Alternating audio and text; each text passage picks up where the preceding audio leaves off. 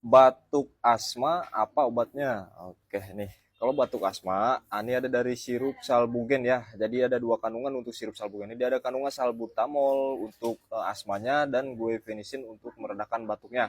Adapun dari tabletnya, ada dari salbutamol yang generik, yang dosisnya 2 mili. Ini boleh diminum 3 kali sehari jika sesak atau sesuai dari anjuran dokter ya. Dan untuk obat meredakan batuknya dari Molapek, dia kandungannya Ambroxol untuk meredakan batuk, berdahak dan mencerkan dahak bisa juga. Ini diminum 3 kali sehari atau sesuai dari anjuran dokter. Nah, ini diminumnya berbarengan ya. Untuk kakak adik Arta sudah saya bantu jawab lewat VT, dan jangan lupa di share videonya nih biar lebih bermanfaat untuk yang lainnya.